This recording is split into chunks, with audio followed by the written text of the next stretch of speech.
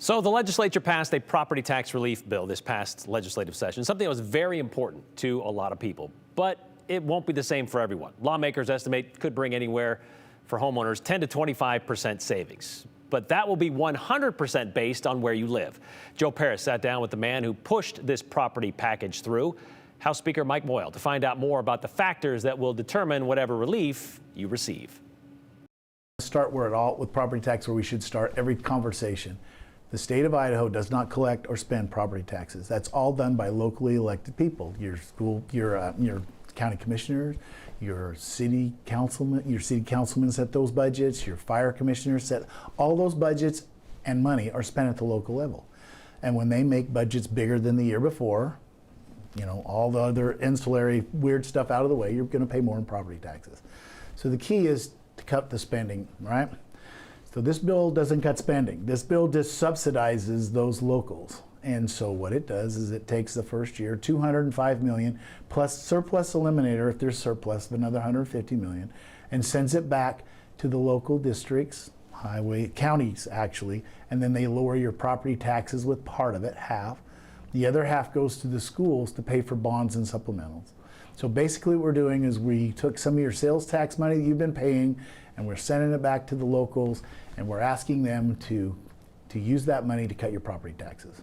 Is it fair to frame it saying that the legislature, half of this money, the legislature says, okay, we're going to cover your property taxes at the county level? Is that too simple? Well, it's too simple. The best way to put it is we're saying here's several $100 million, we're sending it back to the locals, and we're saying cut your taxes. Now they could raise their budgets this year and consume all that tax relief. Nobody's really talked about that because they have that option.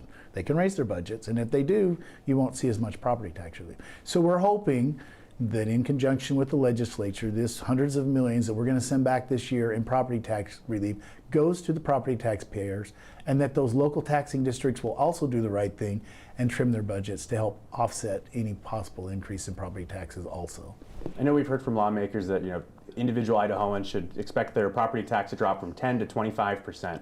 I guess what's that range and what's the factor? Is it just the local decision? It could be less or more. It depends on where you're at. It really depends on what the locals decide to do with their budgets, one, where you're at, how much property tax you're paying, because the one portion of the homeowner side, puts more money on those paying more taxes, and what school districts you're in, because on the school side, it goes back to whether you have a bond and supplemental. So there's so many pieces in it, and it's complicated.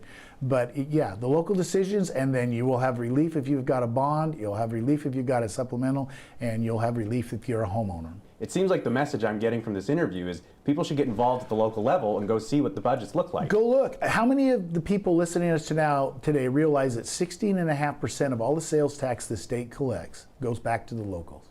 How many of you knew that? How many of you know that the majority of the alcohol tax goes back to the locals?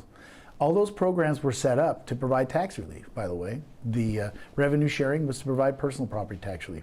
All those monies that go back were set up. And that number, by the way, last year statewide grew by almost $75 million.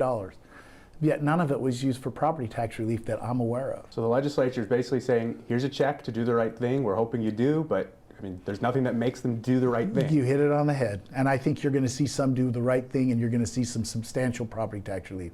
But I think you'll see some try to hide it and say, the state's sending them that property tax relief, so let's make our budgets a little higher, take as much as we can. So I think you'll see both.